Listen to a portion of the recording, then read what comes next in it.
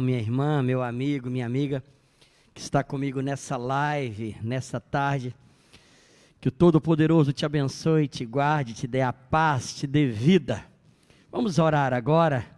Hoje nós estamos então, que dia é hoje? São 14 dias, então hoje é o 12º dia, né? 12º dia hoje, 13, 14, isso mesmo, é o 12º dia.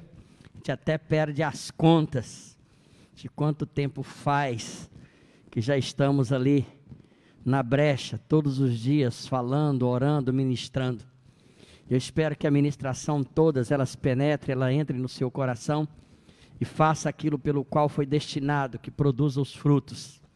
Vamos orar então nessa tarde. Senhor Jesus, mais uma vez nós estamos diante do Senhor, mais uma vez nós estamos diante da Tua face, e eu quero te pedir, ó Deus, de todo o coração e de maneira especial, que mais uma vez a Tua palavra seja liberada, que a Tua palavra seja viva, seja eficaz para os nossos corações, para o coração de cada uma das pessoas que estão, meu Pai. Por isso vem, meu Deus, movendo agora, que os céus estejam abertos, que os céus estejam abertos, que os céus estejam abertos e que a palavra faça vida e nos desafie para o melhor em nome de Jesus. Amém. Glória a Deus. Glória a Deus. Oh, glória a Deus. Glória a Deus. Glória a Deus.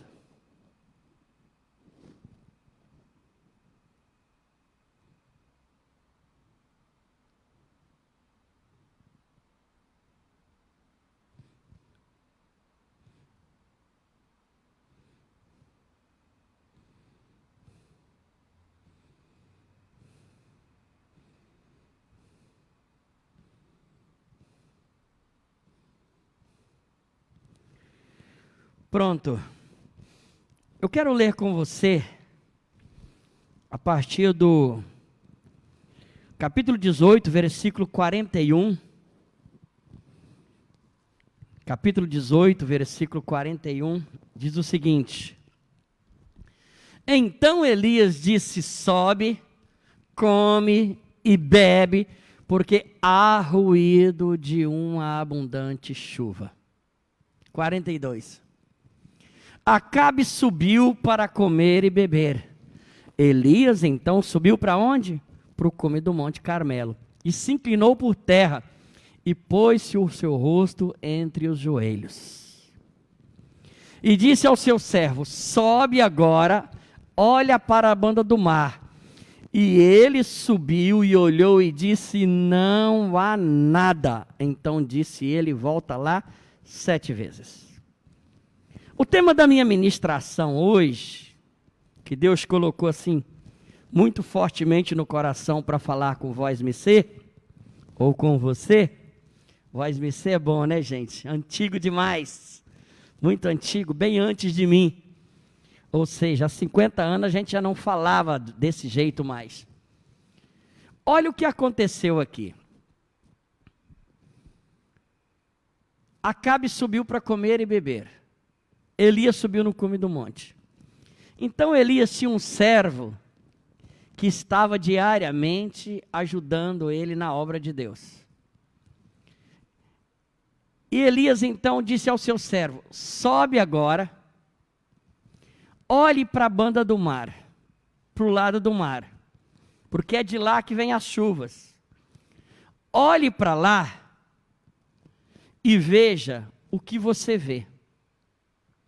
Vê se há algum sinal, vê se há alguma coisa, pelo menos algo extremamente pequeno, que demonstra que haverá chuva. A Bíblia Sagrada diz então que o moço olhou, ele subiu, olhou e disse, não há nada. E é exatamente sobre isso que eu quero ministrar ao seu coração. Exatamente quando nós temos uma promessa de que haverá abundante chuva, de que nós seremos abençoados, que nós seremos alcançados, que a boa mão do Senhor estará sobre nós.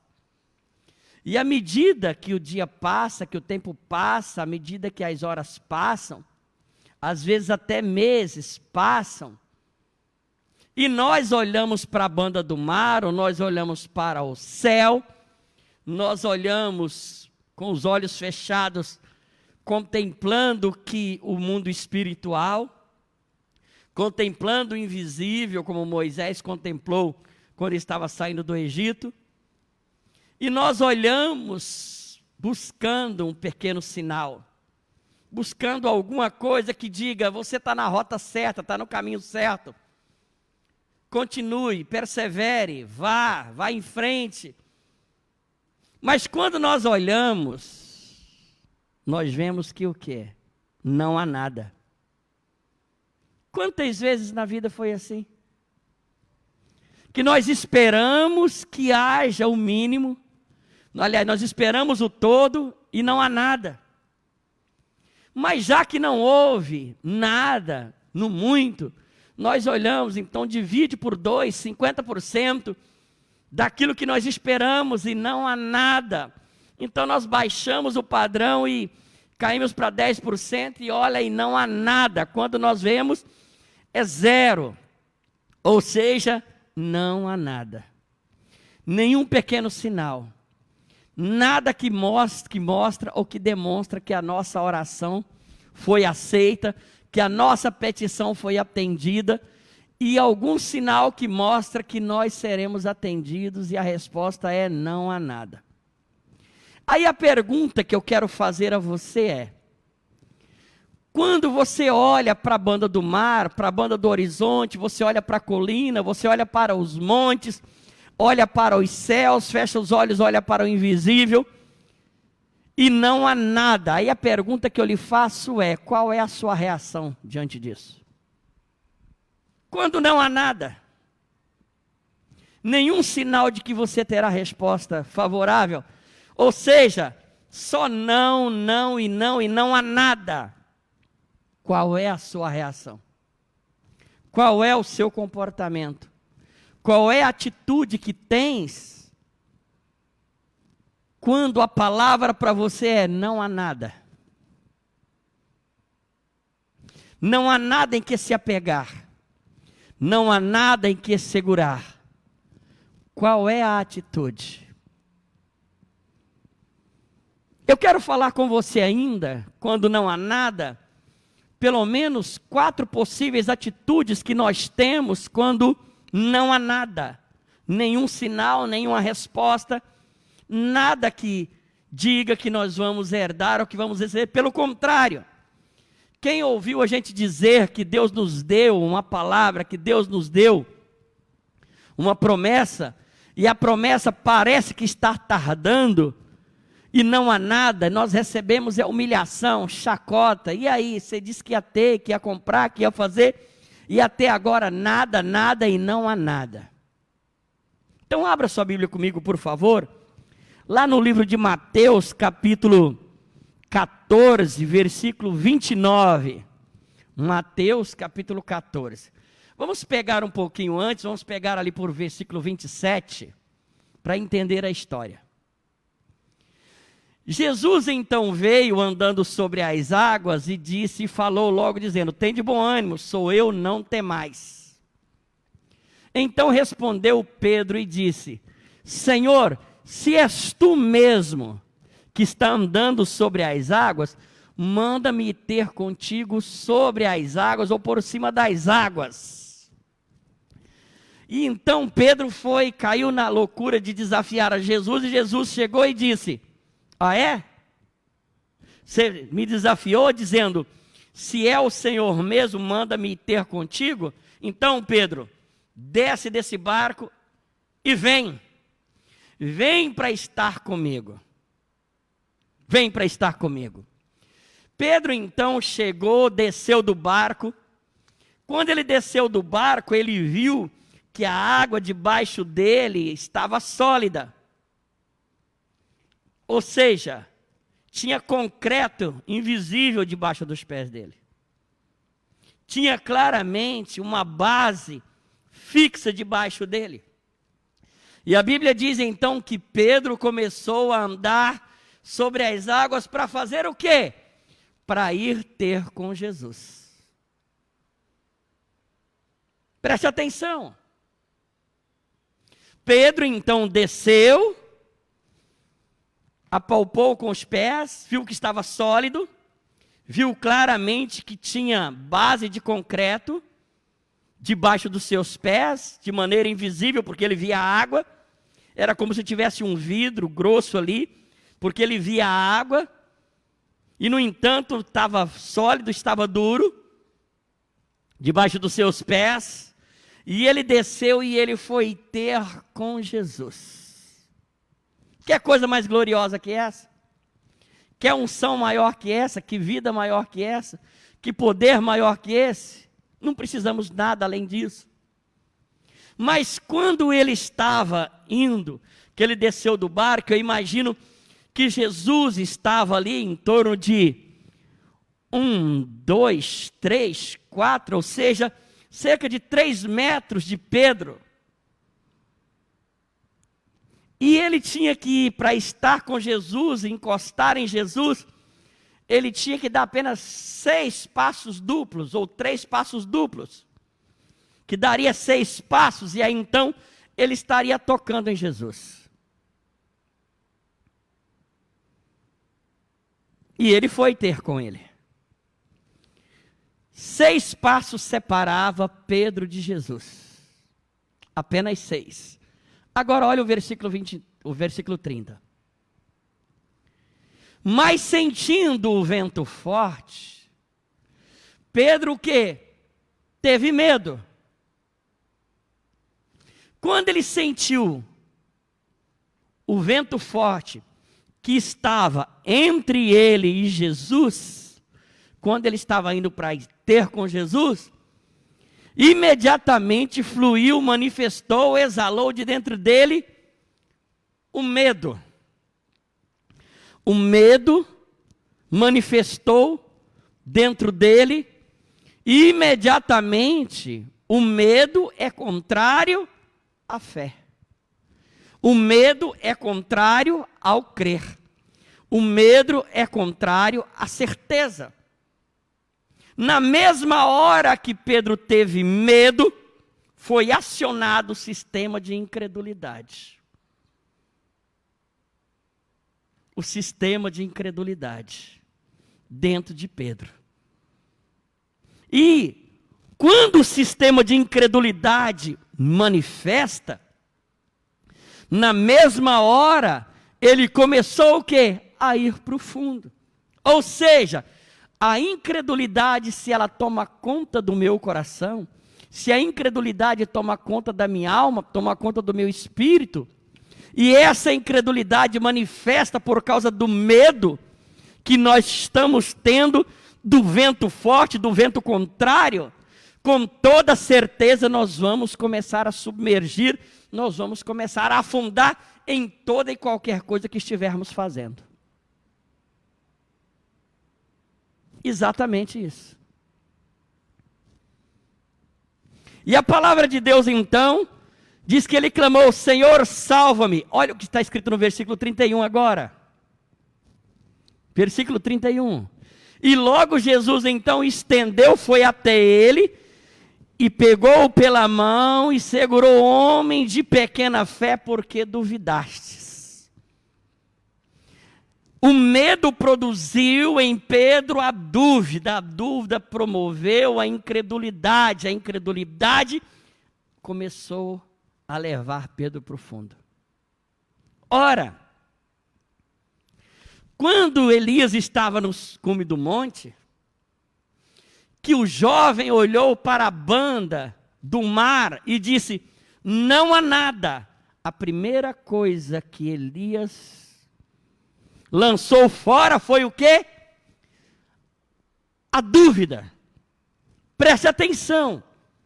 Quando nós recebemos respostas contrárias ao que nós precisamos, queremos e ansiamos, resposta dizendo: e aí, chegou? Não há nada. Aconteceu? Não há nada. Tem alguma coisa para mim? Não há nada.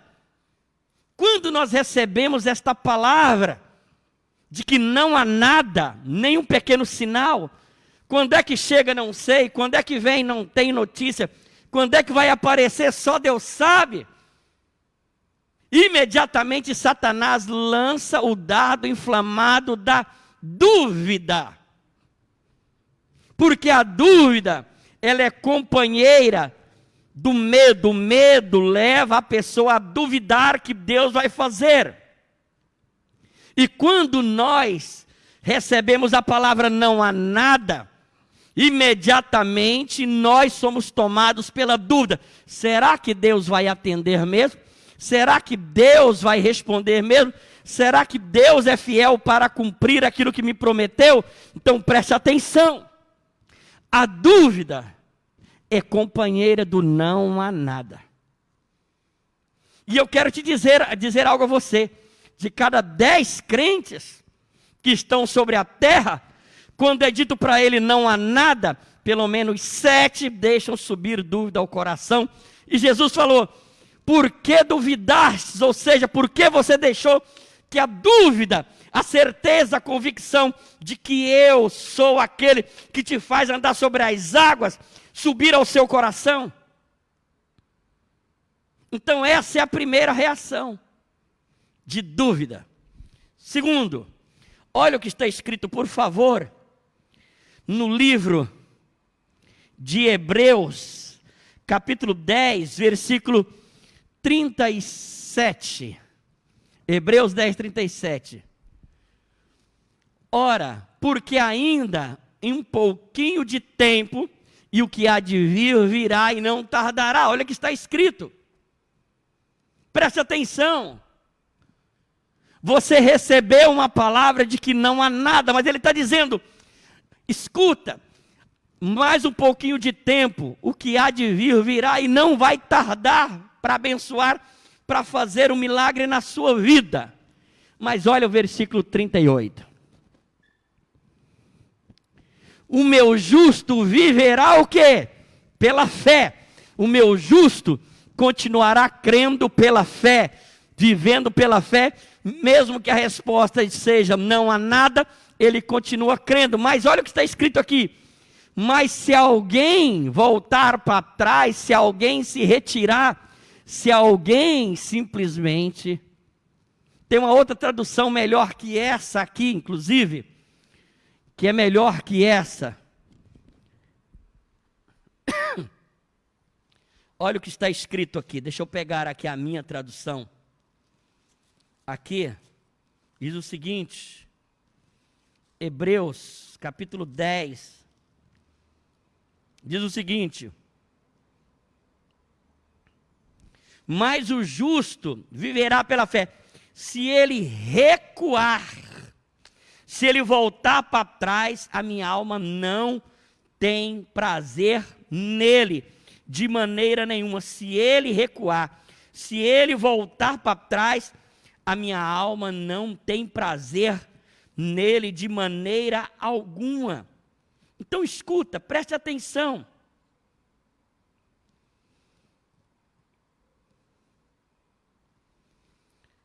Se o meu justo voltar atrás, esse é o segundo sentimento. O primeiro é dúvida.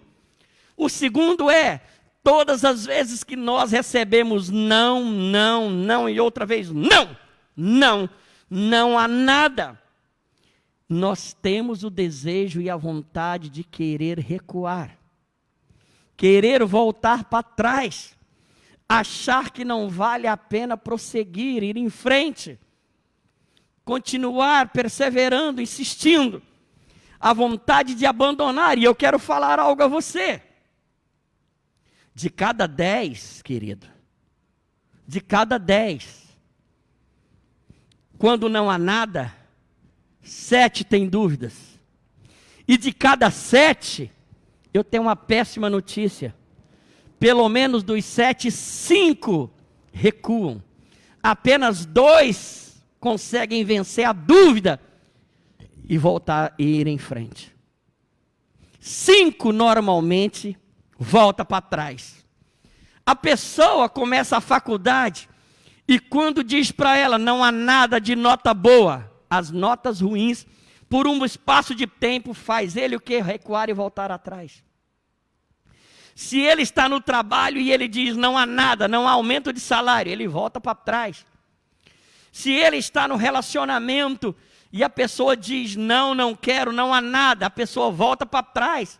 E ela disse que foi Deus que falou com ela. Se foi Deus que falou com ela, por que ela voltou para trás? Ou é porque Deus não falou, era fruto do emocionalismo dela. Mas ela está recuando agora, voltando atrás.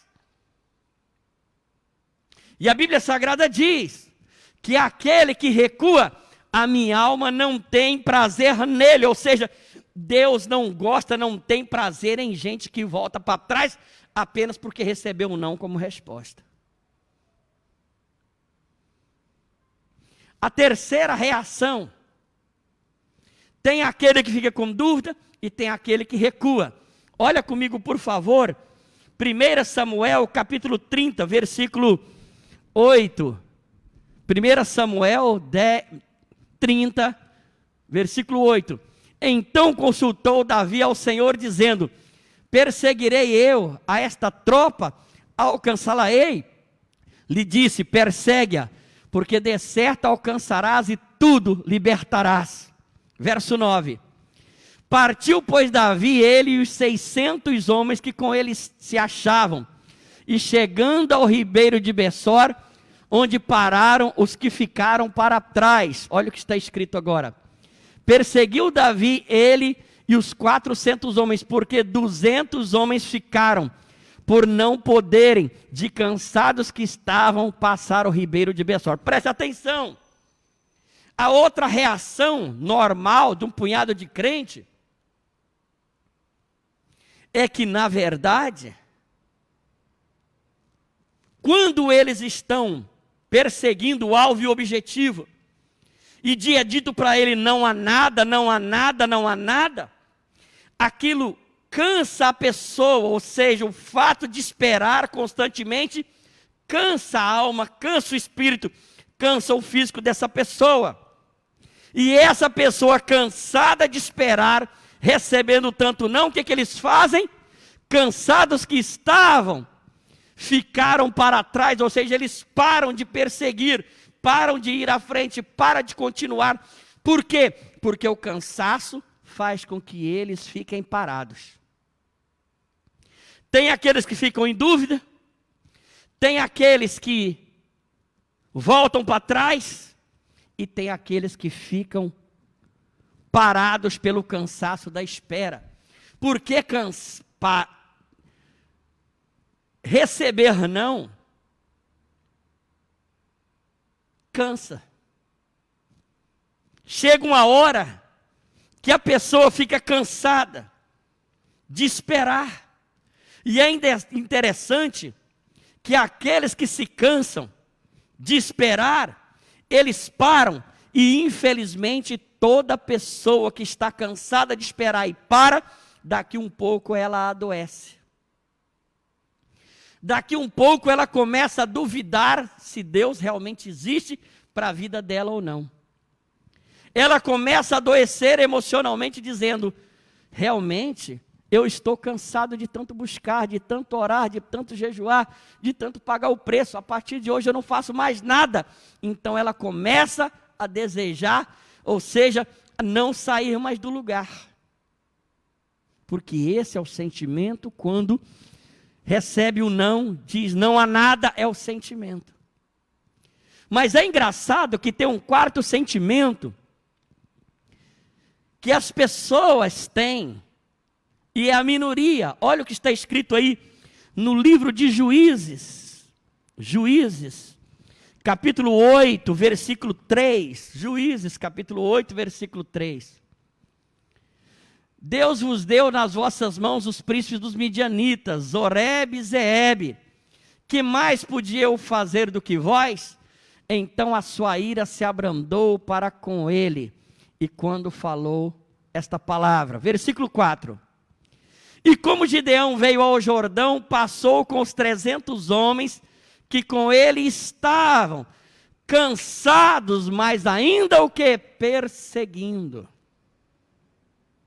Mas tem aquelas pessoas que recebem não, ela simplesmente tem dúvida, mas ela lança fora a dúvida.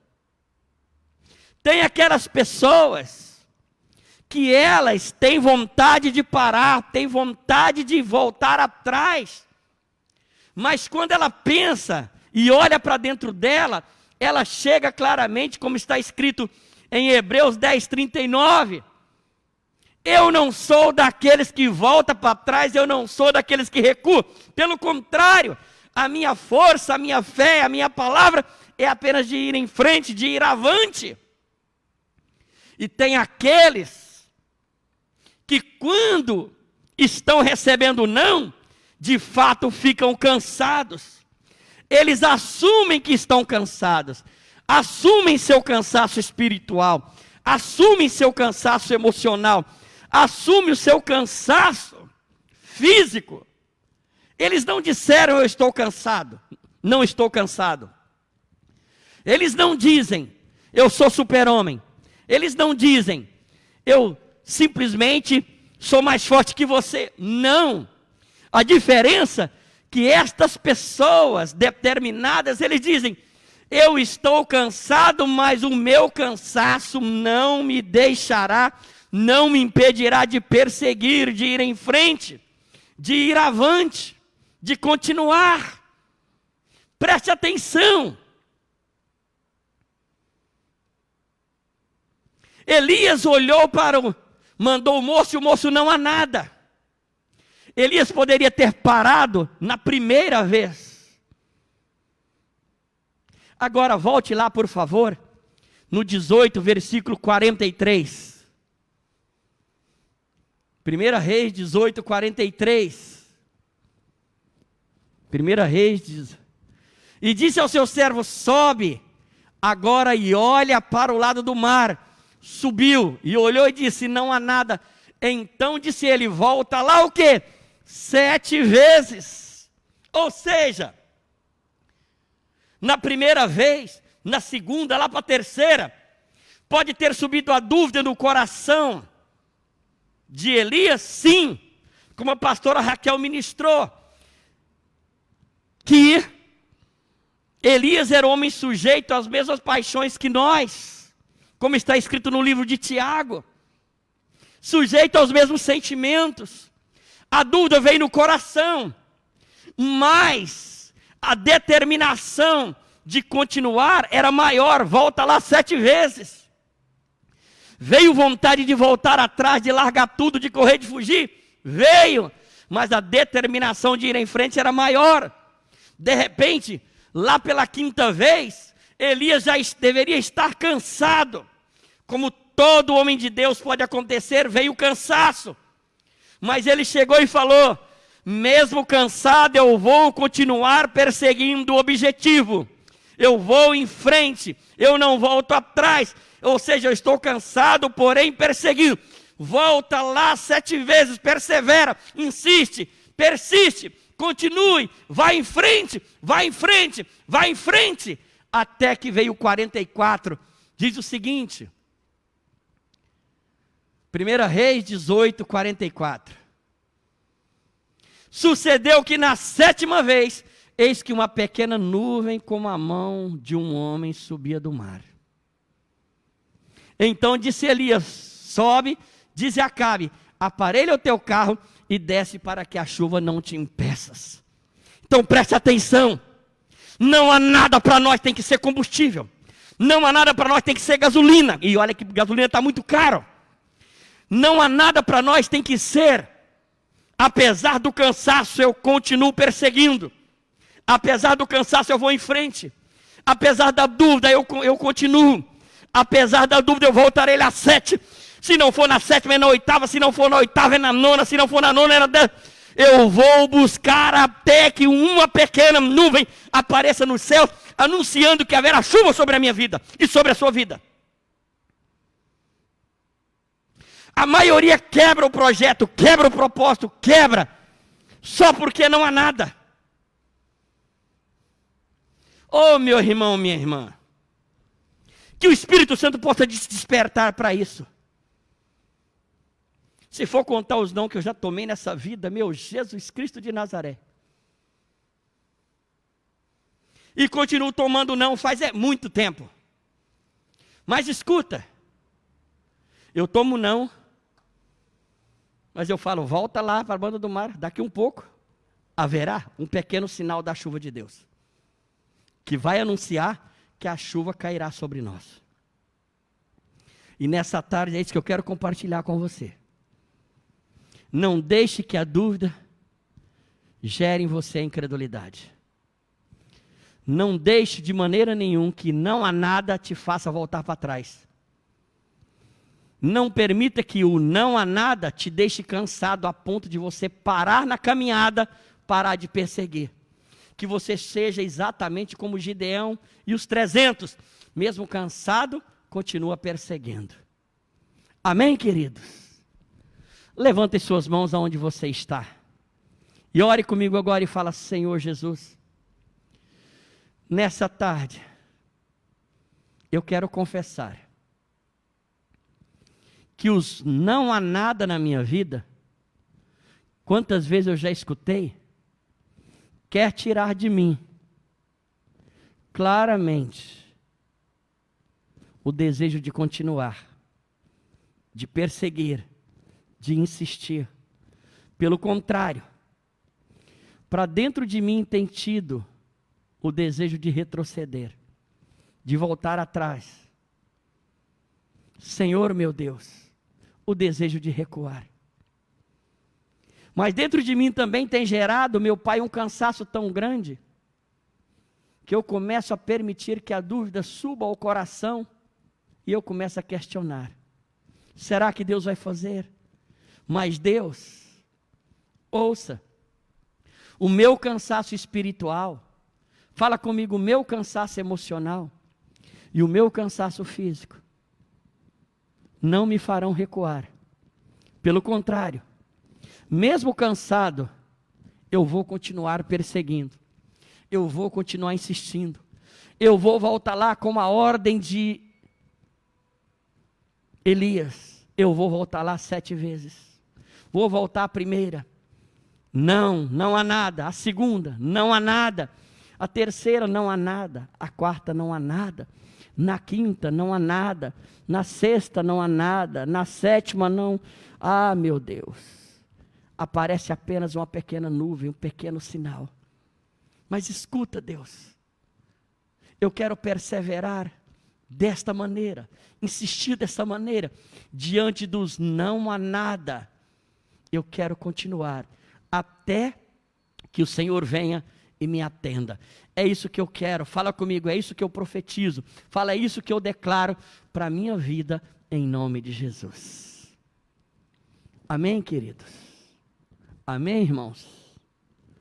Não há nada, todos nós recebemos isso, mas isso é nitroglicerina, é para explodir a fé, fazer manifestar a fé, a certeza de que o nosso Deus vai agir por nós, em nome de Jesus. Amém? Espero que Deus tenha falado com você, espero que Deus tenha ministrado ao seu coração. Hoje à tarde, eu enviei para você, para cada um de vocês, eu enviei, com toda clareza, um folderzinho que a Bispa Cleudia pediu para que fizesse, que ela, juntamente comigo, estaremos ofertando uma oferta especial diante de Deus, por tudo aquilo que deseja o nosso coração. Interessante que se você ler lá, capítulo Deuteronômio 14, 26, ele trarás uma oferta perante mim, por tudo que deseja a sua alma. E ele diga lá, por ovelhas, por vacas, por terra, por casas, pela conversão de filhos, não importa, pela minha cura, não importa, é uma maneira de cultuar e ofertar a Deus. Nós não estamos comprando, nós estamos dizendo, eu oferto ao Senhor por aquilo que deseja a minha alma, e o Senhor me abençoa com a bênção que eu estou te pedindo. E eu e Cleudia temos alguns alvos bem claros, que nós decidimos que vamos fazer a maior e melhor oferta que nós podemos dar dentro das nossas condições. Eu não sei qual é a sua, mas nessa tarde eu quero desafiar você a dar a maior e melhor oferta que você puder dar domingo no culto das 9 da manhã ou das 18 horas, das 17 horas. Por tudo aquilo que deseja o seu coração. E você só vai entrar nisso se você crê nisso, amigo. Se você crê nesse desafio, se você acredita que é um desafio para a sua vida. Se você não acredita, fica de fora. Fica de fora. Eu não sou bobo, não sou tolo, nem eu, minha esposa. Então, quando nós ofertamos na igreja o nosso melhor e a nossa maior oferta, é porque nós temos a certeza que o desejo do nosso coração, da nossa alma será suprido. E eu quero desafiar você nisso. Em nome de Jesus. Tá certo? Faça isso. Lembrando que hoje às 19h30 nós teremos mais uma live. Que Deus possa te abençoar, possa te guardar. E amanhã às 19h30, pastor Miller estará ministrando para nós. E domingo às 9 e às 10 da manhã estarei ministrando. Que Deus possa abençoar a sua vida. Espero que Deus tenha falado ao seu coração. Fique em paz e até a próxima, se Deus assim nos permitir. Tchau, tchau.